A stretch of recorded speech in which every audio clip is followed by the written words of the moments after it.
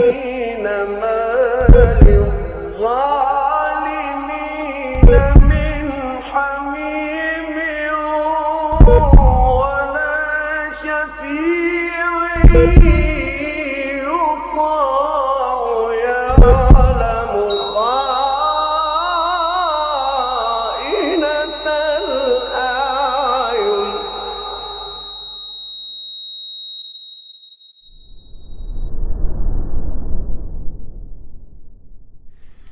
Assalamualaikum warahmatullahi wabarakatuh.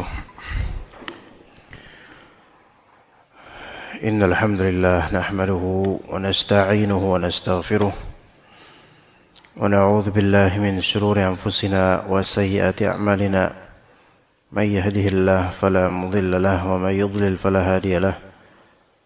Asyhadu an la ilaha illallah wahdahu la syarika lahu wa asyhadu anna Muhammadan abduhu wa rasuluhu la nabiyya ba'dah. Allahumma inna nas'aluka ilman nafi'a wa rizqan thayyiba wa 'amalan mutaqabbala. Amma ba'd, kita lanjutkan kajian kitab Muntahal Iradat. Ini adalah salah satu kitab mu'tamad dalam fikih Al-Hanbali, fikih Hanbali. Di kitab An-Nikah kita lanjutkan pada pembahasan sebelumnya dari kitab Nikah, bahwasanya nikah itu diwajibkan atas orang yang khawatir terjadi perzinahan pada dirinya. Walau itu hanya spekulasi, khawatir terjadi zina. Ya. Khawatir tidak bisa menjaga dirinya dari yang haram, maka wajib atasnya menikah. Karena dia mungkin pria normal atau wanita normal, dan apalagi memiliki syahwat yang besar, maka diwajibkan untuk menikah jika khawatir terjerumus dalam zina. Kemudian dikatakan setelah wayajibu ala man yakhafu zina walau dhannan min rajulin wa mur'atin, kemudian wa yuqaddamu hina idzin ala hajjin wajibin.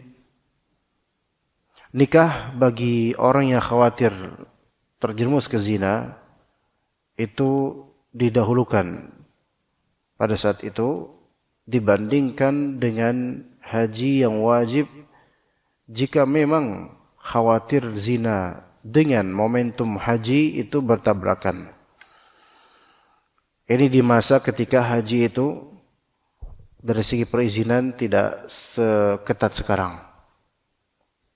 Ya, ketika itu kesulitan untuk haji adalah kendaraan dan mungkin perbekalan. Kalau sekarang kan persyaratannya itu tidak hanya kendaraan dan perbekalan, melainkan ketetapan pemerintah, penguasa baik negara asal atau negara Saudi, yang mana antum mungkin lihat kasus yang terjadi sekarang. Tidak sedikit dari saudara-saudara kita yang dirugikan, gak bisa haji padahal sudah pergi ke Saudi Arabia dengan iming-iming dari sebagian travel akan mudahnya haji untuk mereka, padahal ilegal. Ya, maka kalau sekarang misal antum khawatir terjadi zina pada diri antum, kemudian terpanggil untuk haji karena sudah waktunya setelah menunggu sekian lama tahun, ya. Maka di sini kalau bertabrakan mana dulu nikah atau haji, ya nikah bisa setelah haji. Ya. Karena kalau misalnya nikah kemudian haji, kita udah enggak usah haji dulu deh. Lah terus kapan lagi nunggu itu kan? 20 tahun lagi nanti nunggu haji. Maka madaratnya lebih besar. Ya, begitu. Jadi di sini dikatakan sebabnya mengapa seseorang didahulukan nikah dibandingkan haji jika bertabrakan momentumnya, itu khasyatul wuqu' fi mahdzur, itu khawatir terjadinya hal yang tidak baik pada dirinya, yang haram, ya. Tapi pembahasan ini menunjukkan bahwasannya, ya, kalau antum nanti dapat di kajian apapun atau di tulisan manapun, nikah lebih didahulukan dibandingkan haji, maka ini alasannya. Sudah dibahas di sini. Ya, saking pentingnya menikah untuk menghindari perzinahan. Dan ini yang banyak atau ini yang tidak difahami oleh banyak dari kalangan awam dari kaum muslimin. Nikah bagi sebagian orang itu momok. Ya, dengan beragam alasan. Kalau nikah sekarang nanti nggak bisa nafkahin. Kalau nikah sekarang nanti begini nanti begitu, subhanallah. Padahal nikah ini termasuk syariat Allah, termasuk ibadah yang agung dan panjang. Dan justru tidak menikah dan menetap dalam kondisi menuju zina itu yang harusnya menjadi momok yang sangat ditakuti karena dosanya bisa besar. Taib, wala yuktafa bimarratin bal yakunu fi majmu'il umur. Dan tidak cukup perintah untuk menikah ini sekali saja dalam seumur hidup. Ya, melainkan perintah ini untuk menikah bisa berlaku di sepanjang usia, terutama bagi laki-laki. Ya, kalau misalnya dia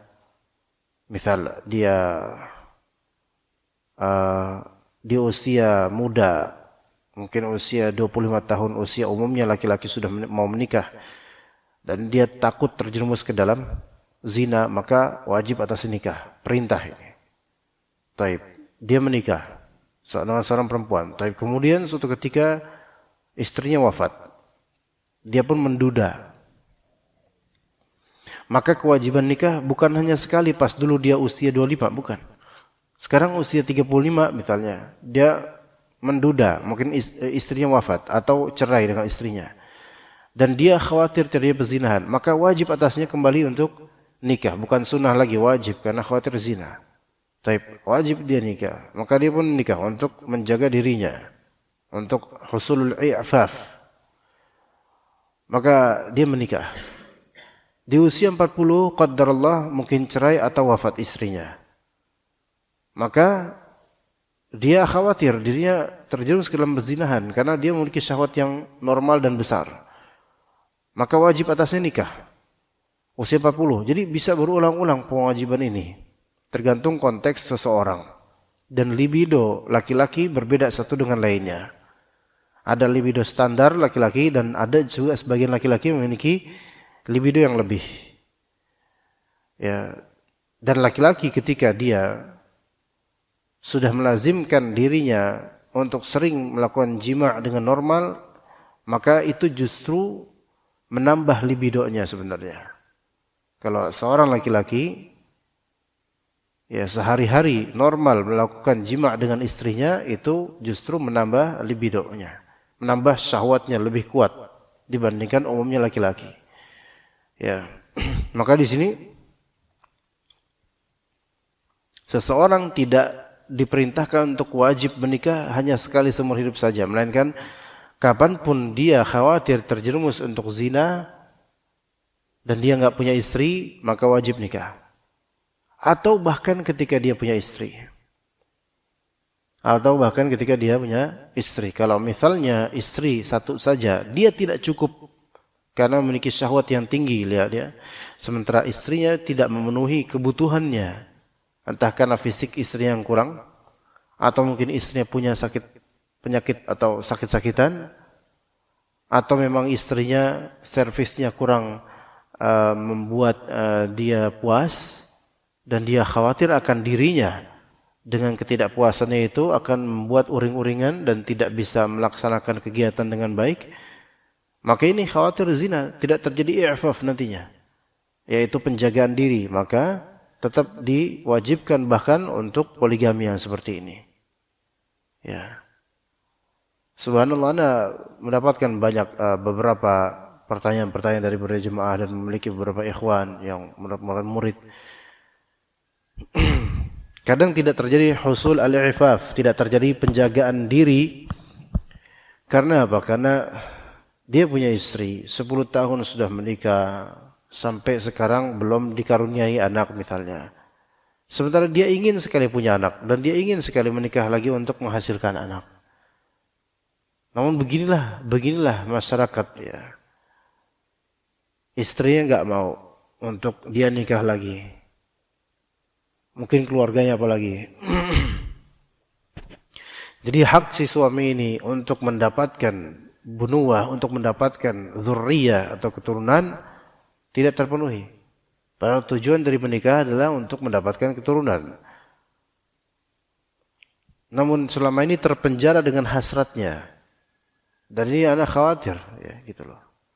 Anak khawatir terhadap ikhwan ini. Badannya Masya Allah, sehat, besar, dan selalu ingin mengucapkan karena selalu ingin untuk menikah lagi, untuk mendapatkan keturunan, dan jangan nunggu lebih tua lagi baru dia diberi kesempatan untuk memiliki anak. Ya, bahkan ketika melihat beberapa ponakannya dia bawa ke kajian, saking pengen punya anak. Inilah ya ketika masyarakat atau manusia hamba Allah itu tidak legowo dengan syariat Allah, maka akan ada pihak yang terzalimi. Akan ada pihak yang terzalimi. Dalam kasus ini yang terzalimi adalah suaminya. Ya, seperti itu. Maka seorang diperintahkan untuk apa? Untuk menikah. Walaupun dia untuk nambah, karena mungkin istri yang sebelumnya atau yang sekarang ada tidak memenuhi apa yang diinginkan, apa yang dia hasratkan. Ya, begitu. Kemudian dikatakan di muntaha, wa yajuzu bidari harbin li daruratin li ghairi asirin.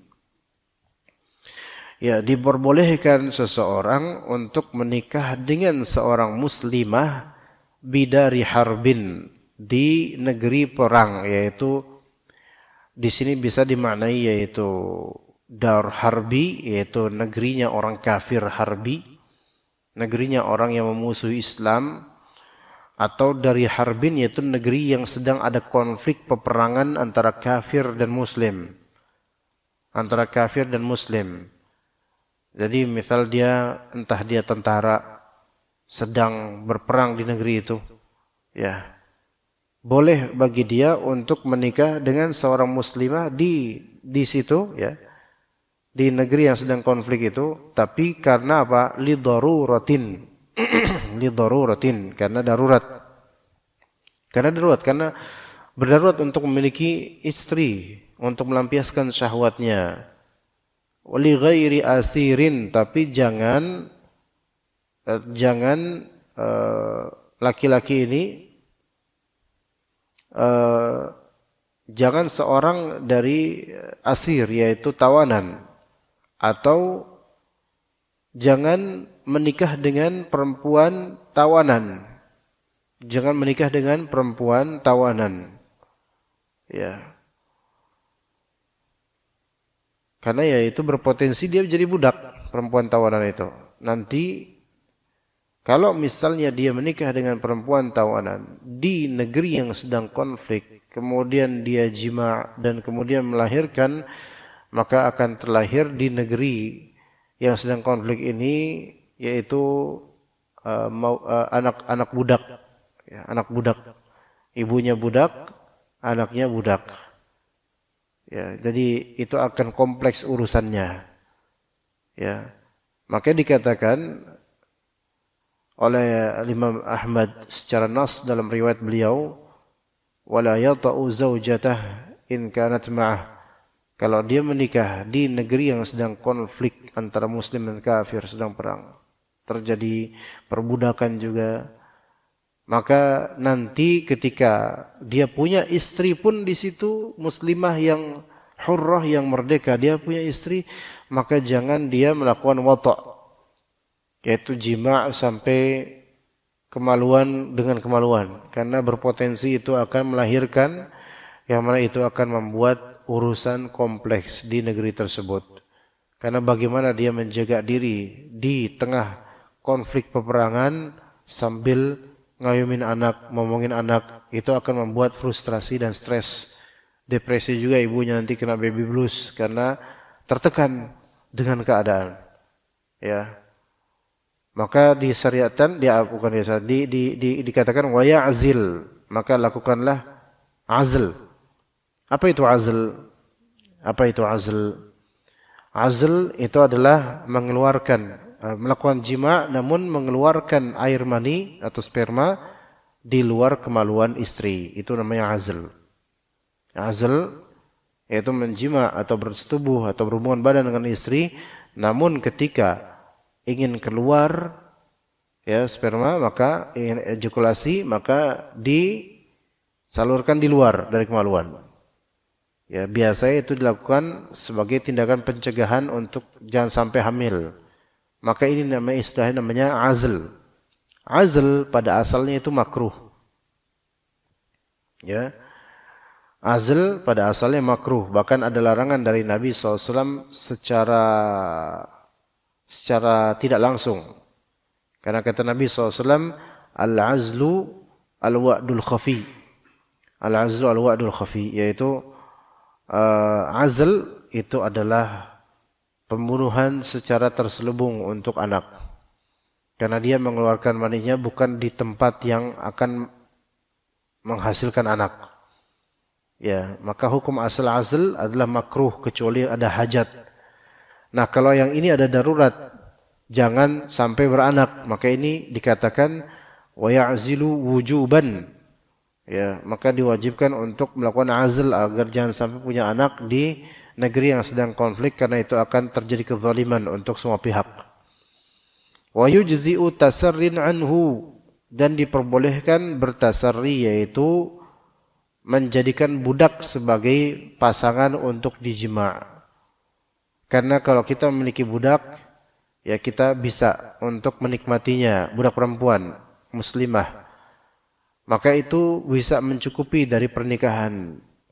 Ya, bisa mencukupi dari pernikahan. Namun pada asalnya menjima budak, kalau kita punya budak perempuan, pada asalnya itu bukan sesuatu yang direkomendasikan. Menikahi budak juga bukan sesuatu yang direkomendasikan, melainkan menikahlah dengan perempuan yang merdeka. Atau merdekakan dulu budak itu baru nikahin. Maka ini bagus. Ya. Disebutkan dalam surat An-Nisa, فَمَنْ لَمْ يَسْتَطِعْ مِنْكُمْ طَوْلًا أَنْ يَنْكِحَ الْمُحْصَنَاتِ الْمُؤْمِنَاتِ فَمِمَّا مَلَكَتْ أَيْمَانُكُمْ مِنْ فَتَيَاتِكُمُ الْمُؤْمِنَاتِ. Jadi kalau memang enggak punya modal atau enggak punya kemampuan untuk menikah dengan perempuan yang merdeka, maka silakan menikah dengan perempuan budak yang baik, ya. Dan itu pun kata Allah Azza wa Jalla kalau memang darurat. Kalau memang darurat baru silakan nikah dengan perempuan budak. Dzalika liman khasyal 'anata minkum. Menikah dengan budak perempuan itu bagi yang betul-betul khawatir akan terjadi keburukan zina pada dirinya. Namun kata Allah, lebih direkomendasikan wa antasbiru khairul lakum. Bersabar itu lebih baik buat kalian daripada menikah dengan budak atau bertasarri menjima budak. Tapi di negeri yang sedang konflik dan dia butuh untuk menyalurkan syahwatnya, dan kalau dia punya budak di situ atau tawanan, maka ia boleh, dia kalau memilikinya dia boleh untuk melakukan jima' terhadapnya, karena kata Allah Azza wa Jalla fawahidatan fa in khiftum alla tuqsitu fil yatama fankihu ma taba lakum minan nisa'i mathna wa thulatha wa ruba' fa in khiftum alla ta'dilu fawahidatan aw ma malakat aymanukum. Jadi fawahidatan untuk istri merdeka silahkan dijima', atau aw ma malakat aymanukum milkul yamin, yaitu budak perempuan, maka boleh menikah atau menjima' budak perempuan kalau itu milik kita. Ini disebut milkul yamin.